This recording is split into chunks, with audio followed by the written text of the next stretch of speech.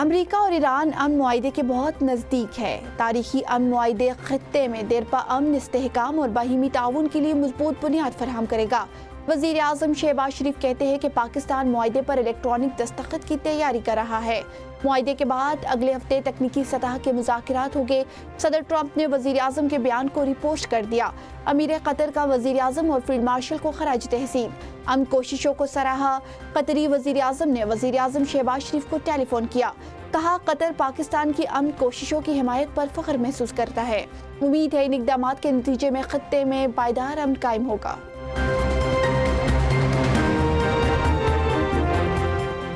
سعودی عرب کے ایران امریکہ معاہدے کے لیے مذاکراتی عمل میں پاکستان کی کوششوں کی تعریف۔ نائب وزیر اعظم اسحاق ڈار اور سعودی وزیر خارجہ فیصل بن فرحان کے درمیان ٹیلی فونک رابطہ۔ ترجمان دفتر خارجہ کے مطابق دونوں رہنماؤں نے امریکہ ایران مفاہمت کو خطے کے امن کے لیے اہم قرار دے دیا۔ نائب وزیر اعظم کا مصری وزیر خارجہ سے بھی رابطہ۔ امریکہ اور ایران کے درمیان جاری رابطوں کے مثبت اور جلد نتیجے کی امید کا اظہار کیا گیا۔ نائب وزیر اعظم اسحاق ڈار اور ترک وزیر خارجہ حقان فیدان کا رابطہ۔ ترجمان دفتر خارجہ کے مطابق دونوں رہنماؤں نے خطے کی بدلتی صورتحال پر تبادلہ خیال کیا۔ امریکہ اور ایران کے درمیان مفاہمت کی جانب پیش رفت کا خیر مقدم۔ وزراء خارجہ نے کہا کہ امریکہ ایران معاہدے سے خطے میں پائیدار امن اور استحکام کی راہ ہموار ہوگی۔ قطر اور کویت کا ایران مذاکرات میں ہونے والی حالیہ پیش رفت کی حمایت کا اعلان۔ قطر کے وزیر اعظم کا کویتی وزراء خارجہ سے رابطہ۔ دونوں نے اس امید کا اظہار کیا کہ واشنگٹن اور تہران کے درمیان جلد ہی ایک معاہدے پر دستخط ہو جائیں گے۔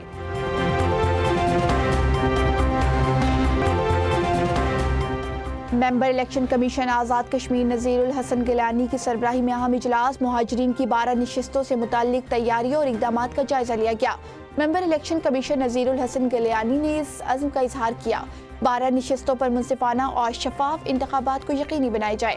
مہاجر نشستوں سے متعلق خدشات کو دور کیا جائے گا۔ ممبر الیکشن کمیشن کی ریٹنگز افسران سے مکمل رابطہ رکھنے کی ہدایت۔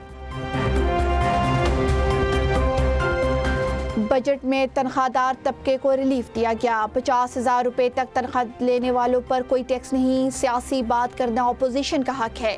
جب اپوزیشن میں تھے تب بھی بات چیت کی پیشکش کی تھی۔ بانی پی ٹی آئی کہتے تھے ملک ڈیفالٹ ہونے والا ہے، کوئی سرمایہ کاری نہ کرے۔ یہ لوگ ملک کے ڈیفالٹ ہونے پر شرطیں لگاتے رہے۔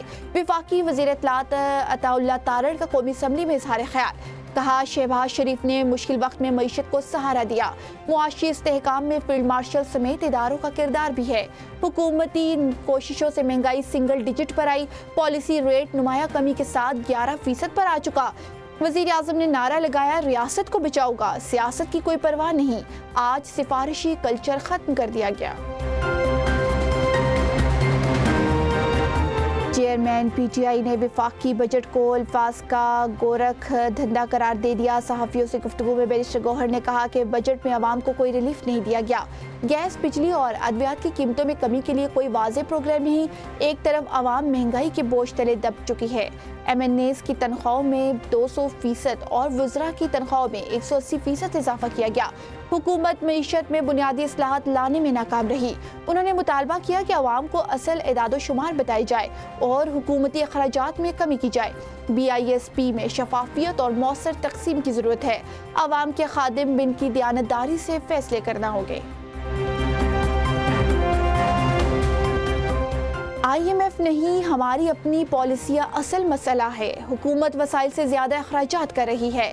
کنوینر عوام پاکستان پارٹی شاہد خاقان عباسی کی پریس کانفرنس۔ کہا وفاق اور صوبوں کے درمیان عالمی معاملات تشویشناک شکل اختیار کر چکے ہیں۔